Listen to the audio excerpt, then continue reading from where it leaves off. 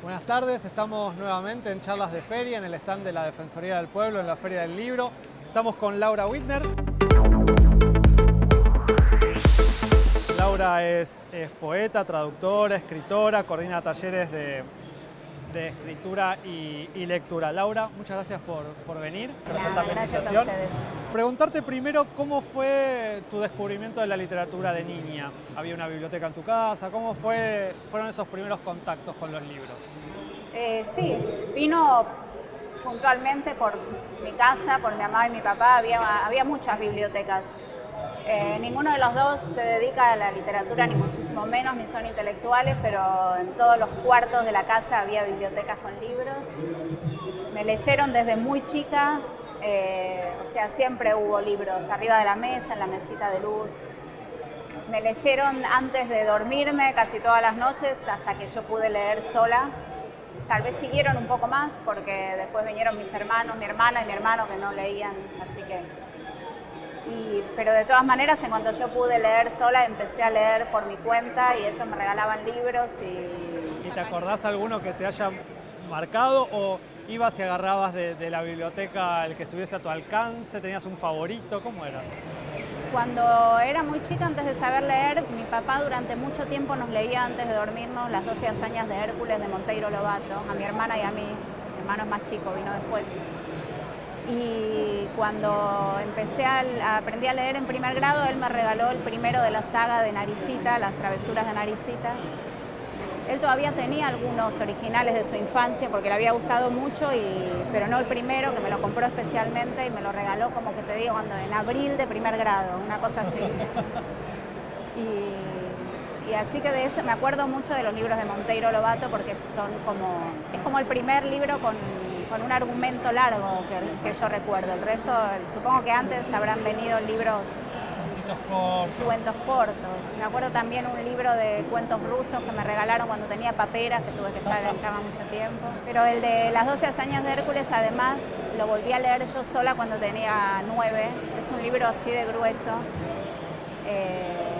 Y medio que en algún sentido me acompaña siempre. Y hace poco lo reencontré en la casa de mis padres. Yo creí que no lo tenían más, así que me lo llevé a mi casa porque consideré que... Te acompañará siempre. Así es, consideré que es mío. Muy bien. ¿Y cómo se desarrolló tu lado por la escritura, tu yo escritora? ¿Fue en paralelo ese descubrimiento por la literatura, por la lectura? ¿Fue algo que descubriste después más grande? No, fue muy en paralelo. Apenas aprendí a escribir, que fue al mismo tiempo que aprendí a leer en primer grado, empecé como a probar cómo sería escribir mis propias cosas. Supongo que creo que era muy a imitación, por ejemplo, de las lecturas de los libros de lectura que había en esa época. Pero siempre escribí, aprendí a leer, empecé a probar cómo era eso de escribir.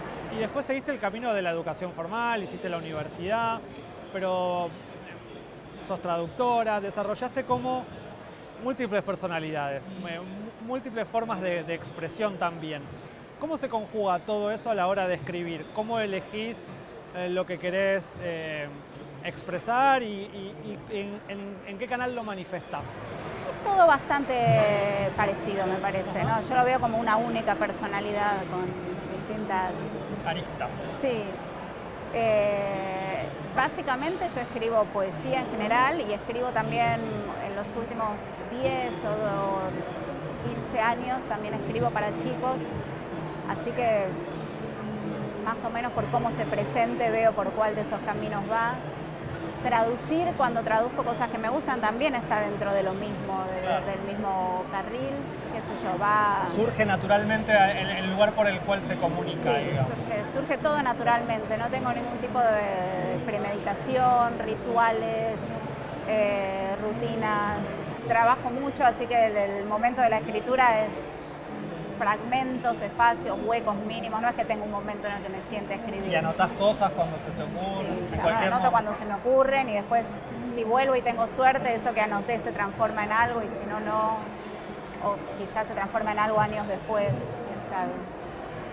También coordinás talleres, ¿no? Talleres de escritura y talleres de traducción. De traducción. ¿Qué llevas vos de tu propia subjetividad y qué te terminás llevando vos de la experiencia con los participantes del taller? ¿Hay una experiencia ahí que transforme digamos, tu propia literatura o tus propias lecturas? ¿Cómo funciona la experiencia del taller?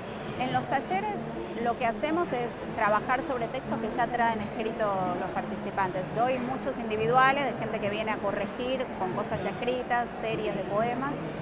Y en los talleres grupales, que en este momento son 2 nada más, no es que se escribe en el taller como un estímulo. Sí, a veces hay pequeñas consignas a partir de lecturas que hacemos, pero lo que hacemos es trabajar sobre textos que traen. Yo creo siempre que me llevo muchísimo más de que lo que ellos se llevan. O sea, yo soy solo una participante más, una opinión más, una voz más entre las del grupo.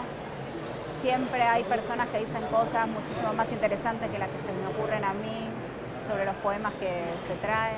Quizás la única diferencia sea que en general yo tengo un poco más de lecturas, entonces quizás puedo, y estamos en mi casa por otra parte, entonces es mi biblioteca. Hay un acceso ahí directo. Claro, yo puedo pararme, sacar un libro, pero es más que nada un trabajo grupal, una interacción que yo no conocía porque yo nunca fui a talleres de escritura.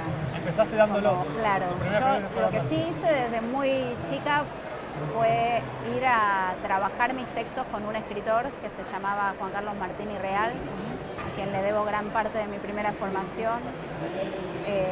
Mis padres, como atentos a mi inclinación y por sugerencia de una amiga de ellos, escritora, me preguntaron si quería hacer ese trabajo y como él no tenía grupos para gente, yo tenía 13 años en ese momento, fui sola, como desde los 13 hasta los 17 iba yo sola y nunca había hecho este trabajo grupal, sí quizás en clínicas de poesía, que eso sí hice con Mirta Rosenberg, pero nunca de escritura y no estaba del todo segura de confiar en lo que podía surgir de ahí, así que lo conocí como desde este lado y me parece que sí es un trabajo interesante. ¿En qué medida esas experiencias del taller o de la lectura compartida o de la literatura en general es transformadora? Digamos, sabemos, es casi una frase hecha que la literatura nos transforma nuestra propia subjetividad, la forma en que concebimos y conocemos el mundo. ¿Cómo funciona la literatura en el espacio compartido? En tu caso particular, la lectura de tu propia poesía te es devuelta de una manera distinta, no sé, ves las lecturas desde otra perspectiva. ¿Cómo sucede eso en vos? Sí, en los poemas que leemos en el taller inmediatamente cobran tantas perspectivas como personas haya, como integrantes haya y que tengan ganas de hablar, ¿no? Tampoco es obligatorio que todos digan y me parece que sí, en cuanto a cómo la lectura nos modifica, no sé a todos, yo puedo decir a mí, para mí es como la estructura de mi vida, me acompaña desde muy chiquita y no me imagino cómo podría haber sido mi vida si yo no leyera, de verdad. Quizás un poco más activa físicamente, pero no podría afirmar que para todos es así. Yo tengo la sospecha que sí, porque uno, o sea, no quiero ser evangelista, pero es un poco así. A cada uno le funciona de otra manera. Leer grupalmente es otra experiencia todavía. También leo a veces grupalmente con amigos, cuando tengo esa suerte de que nos juntemos y nos leamos nuestras cosas. Eso en las épocas de mi vida en que eso pudo pasar, en las que tuve tiempo y amigos dispuestos a eso, fue muy lindo más que nada. ¿Cómo te llevas con el mundo digital, con el soporte digital?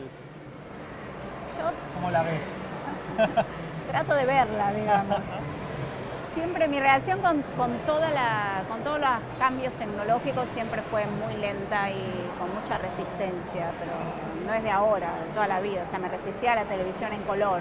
Había una en mi casa y yo seguía mirando blanco y negro. Así que quiero creer que no es una imposibilidad que me viene con la edad ahora, sino que es algo que traigo. Sí, no uso... Digamos, obviamente que estoy todo el día ahí con la computadora en internet y eso, pero puedo ver que si hay algo que me interesa, como que alguien ponga un poema en Facebook o busco especialmente material para los talleres, pero lo que hago es copiar, pegar en un Word e imprimir. ¿No tenés un Kindle no tengo ni publicás tus propias cosas en soporte digital? No. Antes estábamos preguntando qué libros nos recomendarías, pero hemos ampliado ese concepto a... ¿Qué colección nos recomendarías? ¿Qué universo literario para alguien que arranca en la literatura, ¿no? Algunos nos han dicho por escritores argentinos.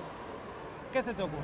Para alguien que empieza a leer, Sí. Eso es muy difícil, porque me parece que uno entra a veces a la literatura por lo que tiene más a mano, por el libro que agarra y ojea y entra, y me parece que en ese sentido está buenísimo entrar por cualquier lado. O sea, vos me preguntabas antes de los libros que yo leía cuando era chica, y más allá de que tenía mis propios libros, sí agarraba cualquier libro de la biblioteca de mis padres. Y era muy chica y agarraba, no sé, Ibsen, y leía lo que leía. O sea, no sé qué leía de eso, pero estoy segura de que son cosas que me fueron como abriendo arroyitos hacia otras. Entonces, me cuesta mucho. Si me dicen una persona en particular y la conozco, tal vez pienso que recomendarle. Pero así en general... Agarra un libro. Claro, Empezar por el algún libro lugar. sí, me cuesta, lo tendría que haber pensado antes. Seguro ahora me voy y se me ocurren un montón de respuestas mejores que Bueno, esta tan en general. principio nosotros tenemos para recomendar este libro. Eso no lo Así puedo que recomendar yo. está buenísimo, lo va a firmar para el sorteo del programa de radio y los esperamos en la próxima charla de feria. Gracias, Laura, Bueno, por visitarnos. muchas gracias.